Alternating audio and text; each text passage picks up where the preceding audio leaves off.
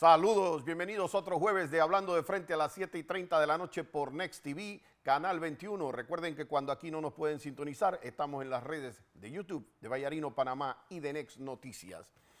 Hoy vamos pues con algo de contenido jurídico, político, vamos a hablar de temas de la amnistía, de puntuales y quizás una de las de mayor impacto económico, y que se ha dado el anuncio del ingeniero Farouk a cargo de la obra del tren Panamá-David. En la presentación que hizo él al país, creo que logró dimensionar en una parte qué es lo que puede traer una obra de esa naturaleza a Panamá. Lo primero es una inversión de cerca de 5.000 millones de dólares de manera directa. Y eso, a diferencia de lo que estuvimos viendo en los últimos gobiernos, que aquí se hablaba de miles de millones en deuda, etcétera, pero nadie sabe dónde estaban las obras. Esa es la idea, que haya obras en donde la gente trabaje. El tren no se va a hacer solo. Hay gente que está ansiosa de empleo, hay gente que está ansiosa de que sus empresas funcionen.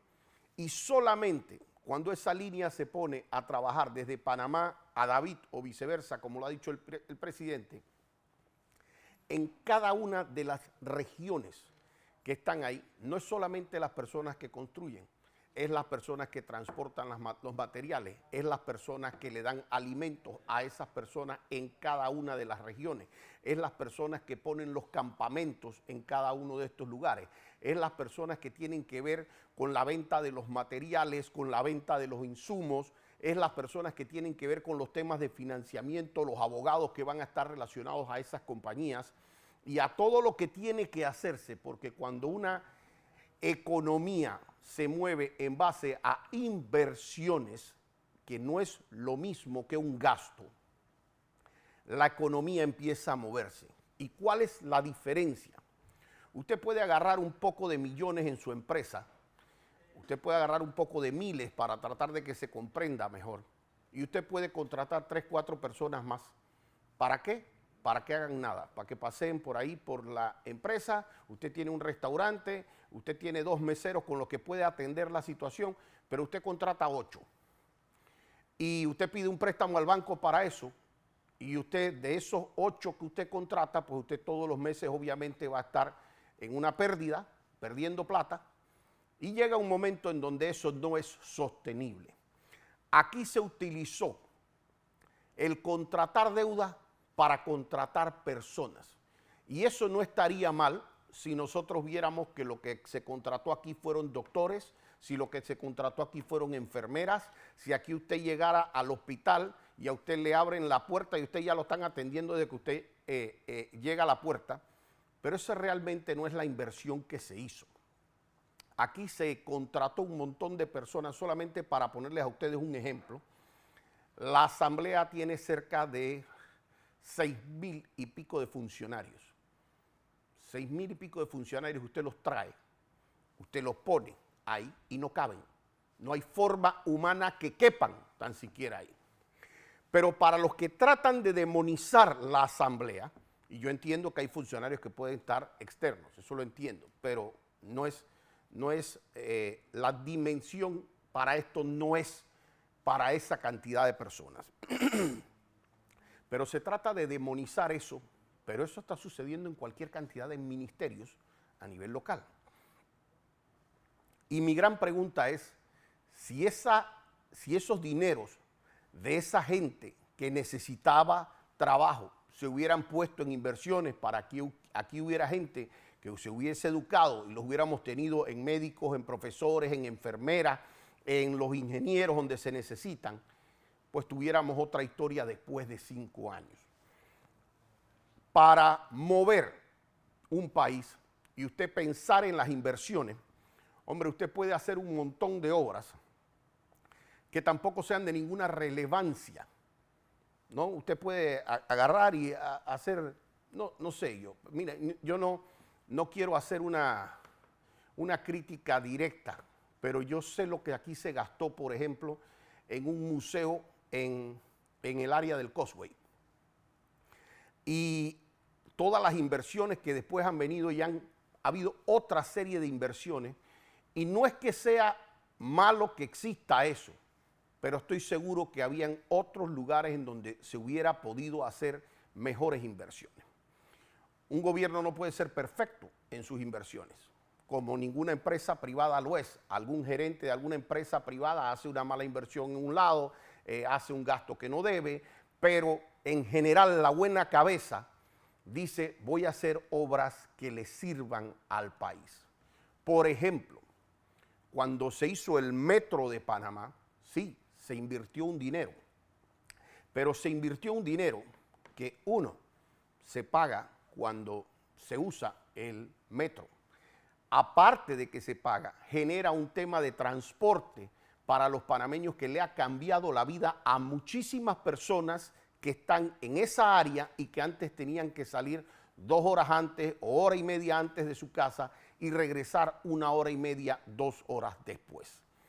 A mí me hubiera gustado ver a toda esa gente que han puesto en planilla, a mí me hubiera gustado verlos trabajando de día y de noche, en diferentes turnos, por supuesto, en acabar las calles y las avenidas estas que se han hecho hacia las carreteras, hacia Arraiján y Chorrera. Y el final de la obra de Chorrera, que tengo que decir que ahora últimamente se le ve un poco más de movimiento. Pero cuando usted invierte en eso, usted le está ahorrando al empresario, por ejemplo, que manda la carga de Colón y la manda hacia Centroamérica y la manda hacia el interior, pues de repente en vez de hacer un viaje pueden hacer 2 en algún momento, sea al interior de la República, o puede hacer más viajes semanales, si eso es. Y eso es productividad para el país.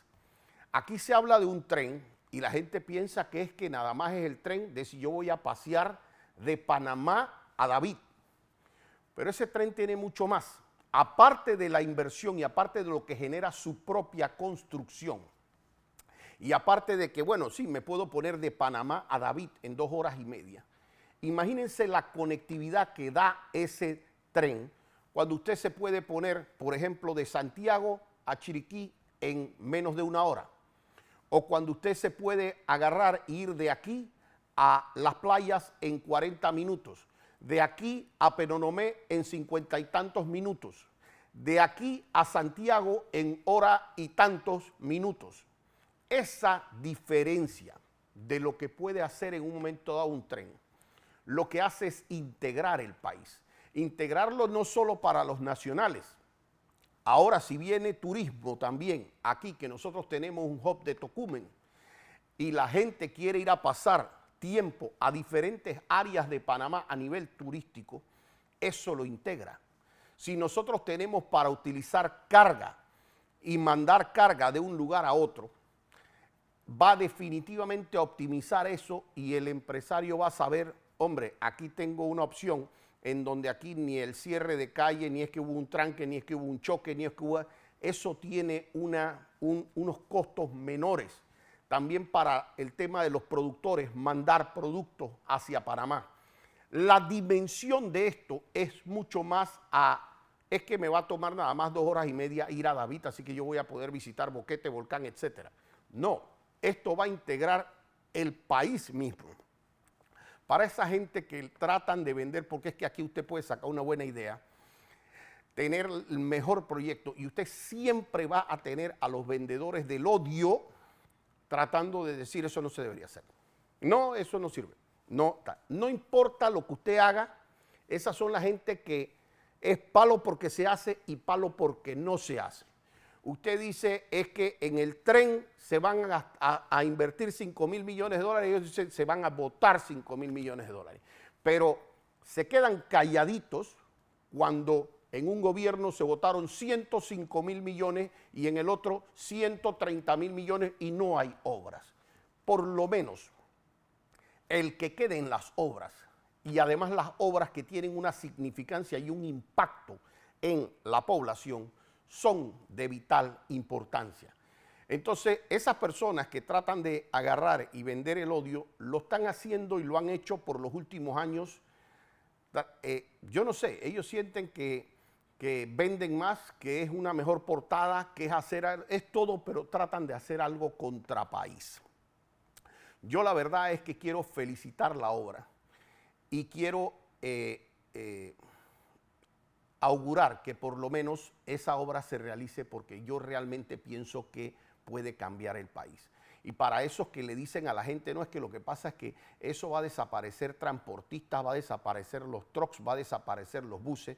Miren, señores, no han viajado en algún lugar y no han tenido la oportunidad de ir a lugares como Estados Unidos, Europa, etcétera, que Asia, que está súper integrado en temas de trenes, para ir a cualquier lado allá de temas de cercanía. Allá se usa un tren de Madrid a Barcelona, se usan trenes en París, se usan en todos lados. Y créanmelo, allá todavía hay buses y camiones y todo eso, y no ha pasado nada igual que en Estados Unidos.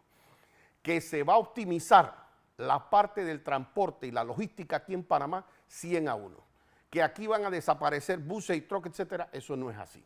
Van a tener otra funcionalidad, van a tener temas para más cercanos, pero así ha sido y nada más es cuestión de irlo a ver en otros países y funciona.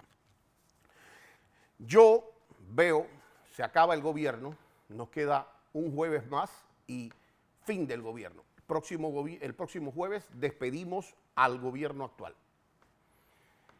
Las personas tienen aquí que tratar de ver si durante, y eso va a ser un ejercicio que va a hacer cada uno. Lo primero, yo diría que el primer ejercicio es decir, ¿qué necesito yo para sentirme que vivo bien en un país? ¿Qué es lo que a mí me gustaría tener, o me gustaría, si lo quiero ver en una figura paternal, qué me gustaría dejarle a mis hijos y qué me gustaría que mis hijos tuvieran para yo sentir que están ok, que están bien? Porque por supuesto, si pregunto a lo que aspiraré, pues todo el mundo obviamente quiere tener las mejores, los mejores bienes materiales, el mejor acceso a la mejor salud, el acceso a todo, a la mejor educación, etc. Pero por lo menos, yo creo que el panameño aspira a tener una buena educación, a que sus hijos puedan tener una buena educación. Aspiro a tener salud, aspiro a que haya un tema de salud y que sea por lo menos la salud básica y buena, que yo pueda asistir al centro cuando me siento mal. Yo de verdad, y el otro día me cuestionaba y me dolía, porque el otro día un familiar de uno terminó en una atención médica y era en un centro privado. Y la verdad es que la demora de minutos, o a veces 1 hora o 2 horas, molestaba sentir, obviamente, que se está pagando, se está haciendo, etcétera, y que no se tenía la atención como yo pensaría que debería ser una atención óptima. Y después de eso me tocó ver gente en los recorridos que se hacía, gente que literalmente se para casi desde la noche anterior hasta el día siguiente para ir a sacar una cita. Y eso, lo primero, no lo entiendo. Honestamente, les juro que trato de ver y no lo entiendo, porque yo digo, aquí tiene que haber mecanismos mucho más fáciles, no sé, a través de videoconferencias, a través de lo que quieran, WhatsApp, tiene que haber algún aplicativo, algún app, alguna forma de hacer que la gente no tenga que hacer eso, porque es literalmente inhumano. Y yo me pongo a pensar en la desesperación que debe tener una persona que le dicen se tiene que operar, y uno tiene la ventaja, ya sea a través de un seguro privado o de los medios propios, que si a un familiar de uno le dicen, hombre, se tiene que operar, ¿cuándo lo tenemos que operar? Mañana en la mañana. Y claro, viene el impacto y todo lo que uno quiere, pero se puede hacer. Y hay gente aquí en Panamá que con dolores, con dolencias, manteniendo molestias muy fuertes, dice, te vamos a operar, pero estamos que programarte una cirugía para yo no sé cuántos meses para que eso pueda ocurrir. Yo entiendo que cuando no son cirugías de urgencia puede haber una demora.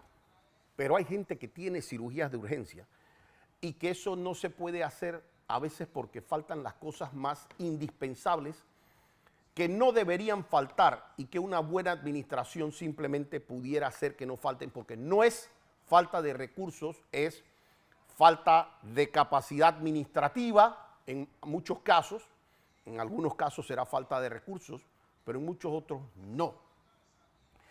Y yo veo, bueno, de nuevo, educación, salud es un tema que el país está esperando que se resuelva y las personas tienen que preguntarse si ese tema quedó resuelto también durante este gobierno, si el tema educación, la estrella, quedó resuelta o no, y si el tema salud quedó resuelto o no. Otra parte importante, y lo veo y también me disgusta, porque, mire, uno vive y a veces uno puede pecar de muy injusto y egoísta, porque a uno de repente, porque van a hacer una reparación en tal lado, el IDAN anuncia que va a quitar el agua y anuncia que la va a quitar 4, 5, 6 horas. Y cuando el IDAN hace eso, y para quienes no tienen el agua de reserva o el agua de reserva del edificio ya se fue y tienen que pasar solamente unas horas sin que se jale la cadena del baño, sin poder limpiar los temas de los útiles de cocina, etcétera, teniendo todo eso hecho un desastre, sin poder hacer la higiene personal de uno en debida forma, con lo que eso tiene adicional un impacto a la salud. Y tener adicional de esos temas, obviamente el tema de beber agua y cómo eso se retiene, me parece que ese es un problema que sí o sí las personas lo necesitan resolver. De hecho, cuando yo veía temas de encuestas y cuando veía temas de lo que a las personas le molestaban, por supuesto, y esto fue algo que no entendieron otras personas, por supuesto que a la gente le molesta que le estén hablando de si Juan tiene una pelea con Perencejo y todos los temas de diferencias políticas, judiciales, etcétera, pero a la gente le interesa saber quién me va a resolver eso y quién es la mejor persona para resolverme eso a mí, que yo tengo este problema durante todos estos años y yo vivo en tal barriada y no hay forma humana que yo tenga eso. Yo sí tengo que decir que yo personalmente vi al presidente Mulino muy impactado y comprometido. Una de las cosas que a él más le impactó durante el tiempo que se hacían los recorridos es ver en algunas cuestiones, él decía, aquí a unos metros hay de esas reservas de agua, de esos tanques de agua, y acá la comunidad enfrente no tiene agua. ¿Cómo es eso posible?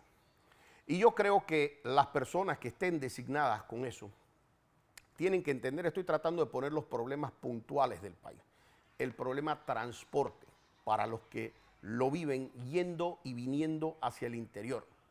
Arraiján, Chorrera, Capira, pero los que le tocan ir y venir al interior y el empresario y el trabajador que le toca hacer los recorridos, el transportista que solamente puede hacer un recorrido y no puede hacer dos porque todo eso es un tranque y que eso se haya demorado, porque esa ampliación se planeó desde el gobierno de Ricardo Saliendo.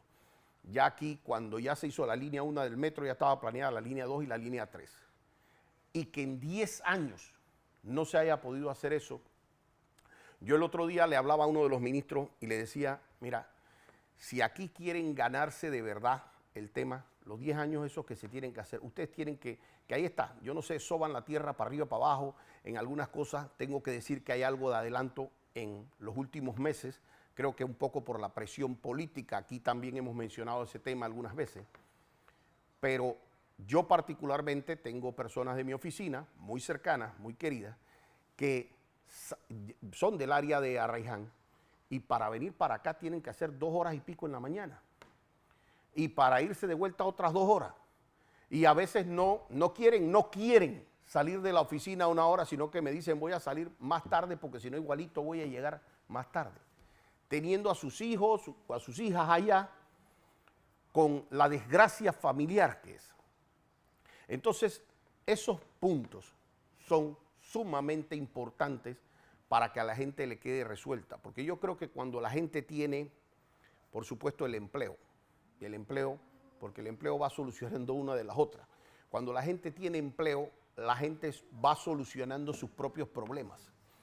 Si yo no tengo agua en mi casa, pero tengo plata porque tengo un empleo, porque tuve educación y porque tengo un mejor empleo, bueno, yo hago mi pozo, pongo mi tanque de agua de reserva, hago lo que sea, pero yo lo puedo hacer porque entonces tengo un empleo. Si la gente tiene empleo, tiene educación, tiene salud, tiene seguridad, tiene sano esparcimiento, yo creo que el único componente que realmente, por supuesto muchos más, pero uno que le hace diferencia en el país es el tema justicia. Nosotros no vamos a poder tener un país tranquilo sin justicia. Usted va a un partido de fútbol y usted no puede tener un partido de fútbol si el árbitro hace trampa. Aquí yo soy un convencido, así lo sostendré, que nosotros tuvimos y tenemos autoridades que se prestaron para hacer una trampa electoral. Es decir, para sacar a un presidente de la carrera presidencial, jugando con el sistema judicial, inventándose una forma de llevar un proceso completamente alejada del derecho, sin llevar testigos, violando temas de especialidad, temas de debido proceso, todos los temas probatorios como les diera la gana, violando los términos judiciales. Y así se llevó la justicia política en Panamá. ¿Y por qué hago este paréntesis? Y lo tengo que hacer corto porque me llevo el tiempo de televisión. Aquí han empezado una cantaleta contra el indulto, contra la amnistía, contra las revisiones, contra todo, porque hay gente que no cogió el mensaje. Muchas veces cuestionan, oye, ¿qué pasó que no cogieron el mensaje de un par de independientes, no cogieron el mensaje de tal cosa? No, no. Los que no cogieron el mensaje fueron ellos.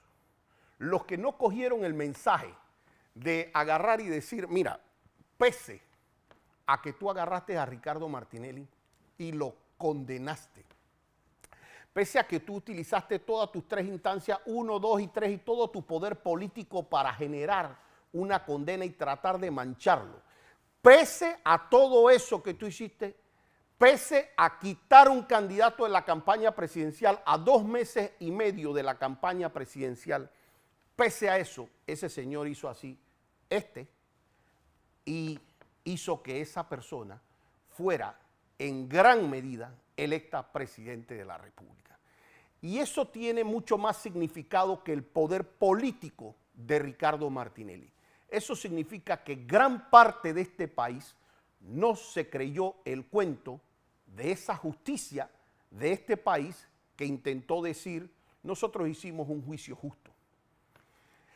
Ese aval de un presidente que por más de 10 puntos sale electo, José Raúl Mulino públicamente dijo, para mí ese proceso que le llevaron a Ricardo Martinelli fue un circo, un chiste, no sé qué fueron las palabras exactas que utilizó. Yo lo vi, es decir, él dice, yo lo vi. Así es que si él lo vio y él entiende que eso es parte de un circo, en efecto, así se lo propuso a las personas que votaron por él. Y las personas que votaron por él saben perfectamente que aquí tiene que haber, a través de todas las formalidades que nos permite el sistema político y jurídico de Panamá, tiene que haber una solución no solamente a los casos de Ricardo Martinelli. Aquí, primero, es importante enfocar a las personas. Ni nosotros inventamos la amnistía, ni nosotros inventamos el indulto, ni nosotros inventamos la revisión, ni nosotros inventamos las nulidades ni las inconstitucionalidades. Eso está en nuestra Constitución y es para el uso cuando corresponde. Y la primera pregunta sería, si esta condena, por ejemplo, de Ricardo Martinelli particularmente, si tuvo o no un condimento político. Sí, porque la amnistía está hecha precisamente para cuando se violentan derechos humanos. Y mi pregunta es si él tuvo acceso a sus testigos. Si Martinelli fue una persona que aquí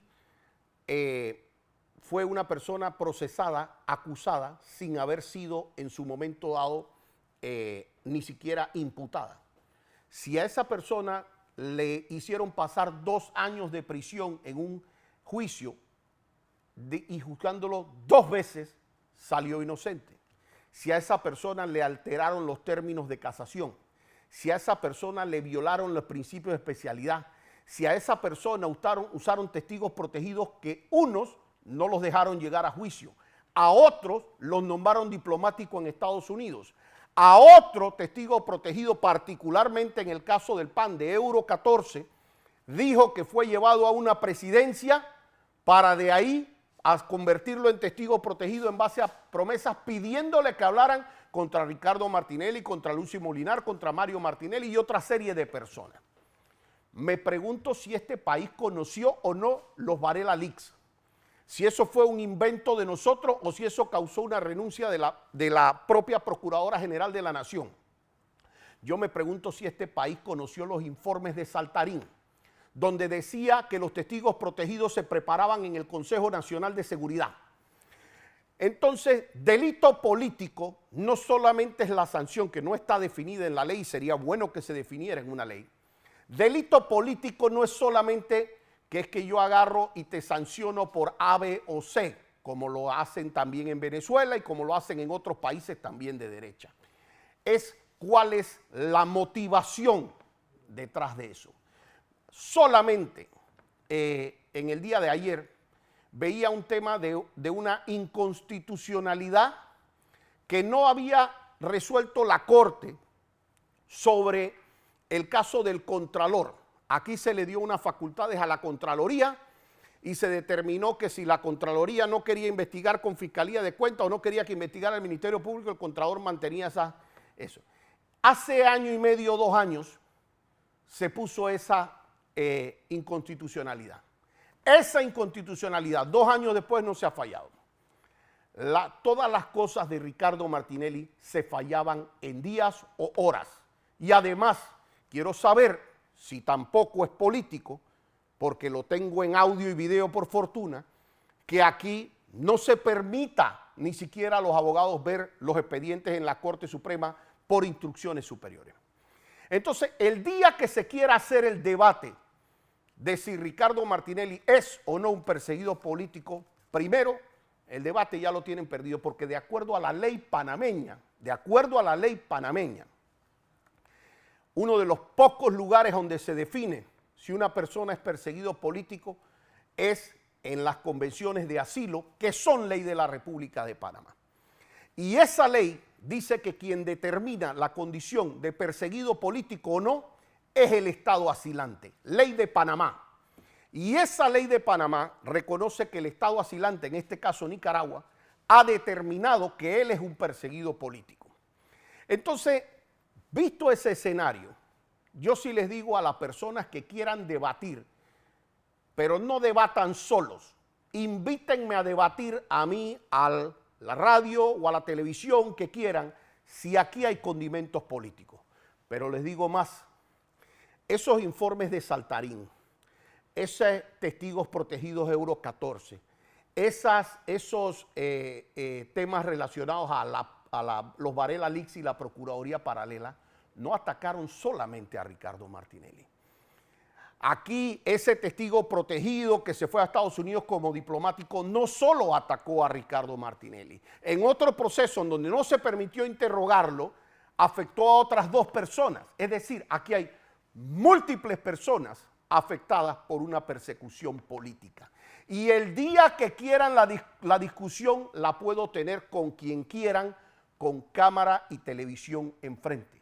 Porque no habrá una persona, abogado, que me pueda decir aquí que en un juicio no se puede permitir el derecho de contradicción. Magistrada de la Corte Suprema de Justicia, si usted quiere ese debate conmigo público y con personas internacionales, a usted la invito a tenerla. Porque usted no puede ser una jurista, considerarse respetada y decirle a un país, y mucho menos a la comunidad internacional, que un juicio se puede hacer sin citarle los testigos a la contraparte. Entienda que eso es un nivel de aberración que no se necesita ni ser abogados para eso. Entonces, el mensaje para esto, que es otra cosa que tiene que cambiar, es la forma, y eso tiene que cambiar desde adentro y con el combate de la verdad de manera directa y el debate frontal. Es estas personas que se dedicaron en los medios, en ese momento auspiciados por el gobierno, y cuando digo auspiciados por el gobierno me refiero a auspiciados en publicidad, en propaganda, en gente que los apoyaba mediáticamente para generar un terror mediático a las autoridades judiciales, generar un golpe mediático. La prensa tiene que cambiar, la prensa tiene que ser responsable.